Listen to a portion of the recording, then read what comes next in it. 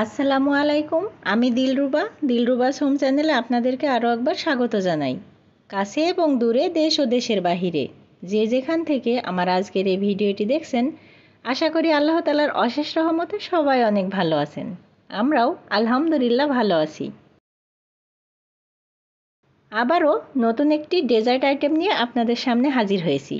আশা করি বরাবরের মতো আমার আজকের রেসিপিটিও আপনাদের কাছে অনেক বেশি ভালো লাগবে। শুরু থেকে শেষ পর্যন্ত দেখার অনুরোধ জানিয়ে শুরু করছি আমার আজকের আয়োজন। শুরুতে আমি ক্যারামেল তৈরি করার জন্য একটি প্যান নিয়েছি। দিয়ে দিচ্ছি এর মধ্যে 1/4 কাপ পরিমাণ চিনি আর দিয়ে দিব 2 টেবিল চামচ পরিমাণ পানি। এবার চুলাটা অন করে দিয়ে অপেক্ষা করব।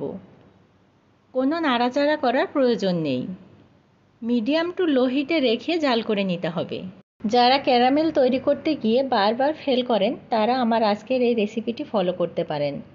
আমি পুরো ক্যারামেল তৈরি করার প্রসেসটি দেখিয়ে দিব। এই পর্যায়ে এসে চিনির মধ্যে হালকা একটু কালার পরিবর্তন এসেছে। এবার আমি একটি খুন্তির সাহায্যে নাড়তে থাকব।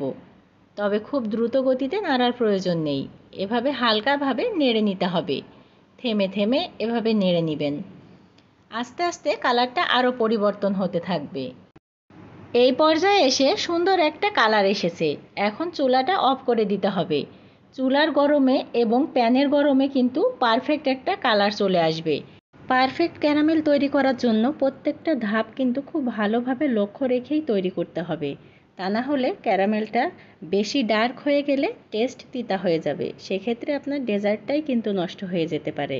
এবার দেখুন প্রিয় দর্শক, পারফেক্ট একটা ক্যারামেল তৈরি হয়ে গিয়েছে।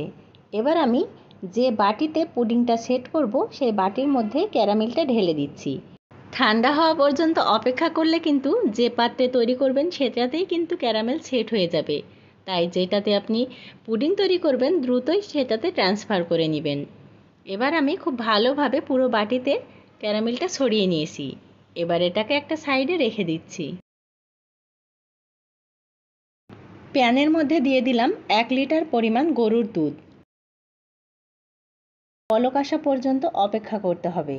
দুধটাকে আমি জাল দিয়ে অর্ধেক করে নিব। তার মানে 1 লিটার দুধকে আমি হাফ লিটারে পরিণত করে নিব। আজকে আমি এভাবে ঘন দুধ দিয়েই পুডিং তৈরি করব। তবে যদি আপনারা মনে করেন আপনারা দুধটা না কমিয়েই পুডিং তৈরি করতে চান তাও করা যাবে। তবে ঘন দুধের পুডিংয়ের টেস্ট কিন্তু বেশি ভালো হয়। দুধে বলক চলে এসেছে। এবার আমি অনবরত নেড়ে চেড়ে দুধটাকে জাল করে নিব। কোনো মতেই নাড়া থামানো যাবে না, সেক্ষেত্রে দুধে সর পড়ে যেতে পারে। আর দুধে সর পড়লে দুধটা ভালো ঘনও হবে না, পুডিংয়ের টেস্টও ভালো আসবে না। দুধ জাল করা হয়ে গিয়েছে। 1 লিটার দুধ কমে হাফ লিটার হয়ে গিয়েছে। এবার আমি এই দুধটাকে চুলা থেকে নামিয়ে একটা সাইডে রেখে দিচ্ছি। পুডিং তৈরি করার জন্য নর্মাল তাপমাত্রার দুধ লাগবে। দুধটা ঠান্ডা হতে থাক, আমি চলে যাচ্ছি পরবর্তী ধাপে। একটা মিক্সিং বোলের মধ্যে দিয়ে দিব নর্মাল তাপমাত্রার ডিম। হাফ লিটার দুধের জন্য আমার স্বাভাবিক সাইজের 3টা ডিম লাগবে। ডিমের মধ্যে দিয়ে দিচ্ছি মেজারমেন্ট কাপের হাফ কাপ পরিমাণ চিনি। চিনিটা আপনাদের টেস্ট অনুযায়ী কমিয়ে বাড়িয়ে নিতে পারেন। তবে আজকে আমি যে মেজারমেন্টে পুডিংটি তৈরি করছি তার জন্য হাফ কাপ চিনি কিন্তু যথেষ্ট। চিনি এবং ডিমটাকে খুব ভালোভাবে একটা হ্যান্ড হুইস্কের সাহায্যে নেড়ে চেড়ে মিশিয়ে নিব, যতক্ষণ না পর্যন্ত চিনিটা খুব ভালোভাবে গলে যায়।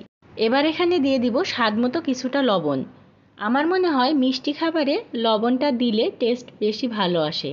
তবে যারা একান্তই পছন্দ করেন না তারা বিষয়টা স্কিপ করে যাবেন। অনেকেই বলেন পুডিং তৈরি করলে ডিমের নাকি বাজে একটা গন্ধ আসে। তো তার জন্য আমি সাজেস্ট করব এখানে আপনারা যে কোনো ফ্লেভার অ্যাড করতে পারেন। তা হতে পারে ভ্যানিলা এসেন্স বা অন্য যে কোনো এসেন্স। আবার আপনারা সামান্য এলাচের গুঁড়ো বা সামান্য লেবুর রসও ব্যবহার করতে পারেন। এটার যে কোনো একটা দিলে হবে কি, ডিমের যে বাজে একটা আষ্টে গন্ধ থাকে সেটা আর পাবেন না। আমার হাতের কাছে আজ একটা অরেঞ্জ ফ্লেভারের এসেন্স ছিল, আমি সেটাই দিয়ে দিয়েছি। তারপর হ্যান্ড হুইস্কের সাহায্যে সমস্ত কিছু আবারও খুব ভালোভাবে মিশিয়ে নিতে হবে। এমনভাবে মেশাতে হবে যেন কোথাও কোনো লাম্পস না থেকে যায়। খুব ভালোভাবে মেশানো হয়ে গেলে এর মধ্যে দিয়ে দিব আগে থেকে জাল করে রাখা ঘন দুধ। দুধটা অবশ্যই স্বাভাবিক তাপমাত্রার হতে হবে। স্বাভাবিক তাপমাত্রার চেয়ে ঠান্ডা হলেও সমস্যা নেই, কিন্তু কোনো রকম গরম অবস্থাতে দেওয়া যাবে না।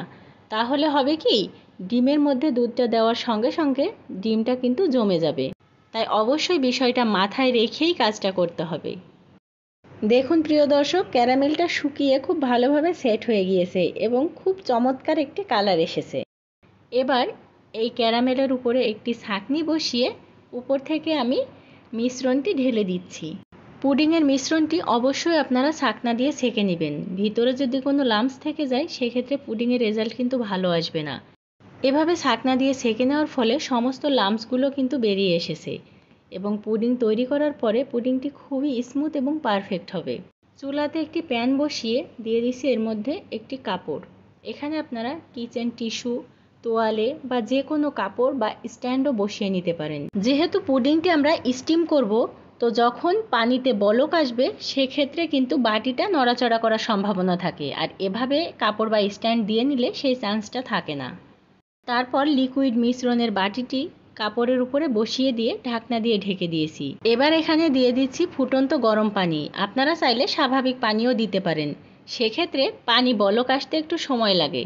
পানি এমনভাবে দিতে হবে যেন বাটির গায়ের সঙ্গে 1/2 ইঞ্চি পরিমাণ পানি দেখা যায়। এখানে পানির পরিমাণ বেশি দিলে হবে কি, যখন পানিটা ফুটবে তখন কিন্তু বাটির ভিতরে পানিটা চলে যাওয়ার সম্ভাবনা থাকে। আরও একটি ঢাকনা দিয়ে ঢেকে দিচ্ছি এবং ঢাকনার উপরে যে ছিদ্রটি আছে সেটিও আমি একটি টিস্যু দিয়ে বন্ধ করে দিব। চুলার আঁচ মিডিয়ামে রেখে 25 মিনিটের মতো জাল করে নিতে হবে। ফিরে এসেছি 25 মিনিট পর, তবে কোনো কোনো ক্ষেত্রে 30 মিনিটও সময় লাগতে পারে। এবার ঢাকনা সরিয়ে একটি কাঠির সাহায্যে চেক করে নিব পুডিংটা ঠিকঠাক হয়েছে কিনা। আমার পুডিংটা একদম পারফেক্টলি কুকড হয়ে গিয়েছে। এই পর্যায়ে এসে আপনারা যদি দেখেন পুডিংটা হালকা নরম আছে, তবে আপনারা ঢাকনা দিয়ে ঢেকে আরও 5 মিনিট জাল করে নেবেন। এবার এই পুডিংটাকে আমি গরম পানি থেকে সরিয়ে একটা সাইডে রেখে দিব। রুম টেম্পারেচারে আসার পর এই পুডিংটিকে আমি নর্মাল ফ্রিজে রেখে দিব 2 ঘন্টার জন্য। পুডিং ঠান্ডা ঠান্ডা খেতেই বেশি ভালো লাগে। এই পর্যন্ত যারা আমার সঙ্গেই আছেন, ভিডিওটি ভালো লেগেছে অথচ একটি লাইক দিতে ভুলে গিয়েছেন, ছোট্ট একটি লাইক দিয়ে ভিডিওটি কন্টিনিউ করবেন। ফিরে এলাম 2 ঘন্টা পর। এবার আমি পুডিংটিকে মোল্ড আউট করে দেখিয়ে দিব। প্রথমে একটি নাইফ দিয়ে চারিদিকটা আমি একটু আলগা করে নিচ্ছি যেন মোল্ড আউট করতে সুবিধা হয়। আমার আজকের ভিডিওটি আপনাদের কাছে কেমন লেগেছে অবশ্যই আপনাদের মূল্যবান মতামত কমেন্টের মাধ্যমে জানাবেন। যদি ভালো লেগে থাকে ফ্রেন্ডস এবং ফ্যামিলির সঙ্গে শেয়ার করে দিতে পারেন। যদি বেশি ভালো লেগে যায় তাহলে চ্যানেলটিকে সাবস্ক্রাইব করে বন্ধু হয়ে আমার পাশেই থেকে যেতে পারেন। আর যারা অলরেডি এই কাজটি করে ফেলেছেন তাদেরকে জানাই অসংখ্য ধন্যবাদ। সবার সুস্বাস্থ্য ও দীর্ঘায়ু কামনা করে আজকের মতো ভিডিওটি এখানেই শেষ করছি। দেখা হবে নতুন কোনো রেসিপি নিয়ে। সেই পর্যন্ত সবাই অনেক বেশি ভালো থাকুন। আসসালামু আলাইকুম। আল্লাহ হাফেজ।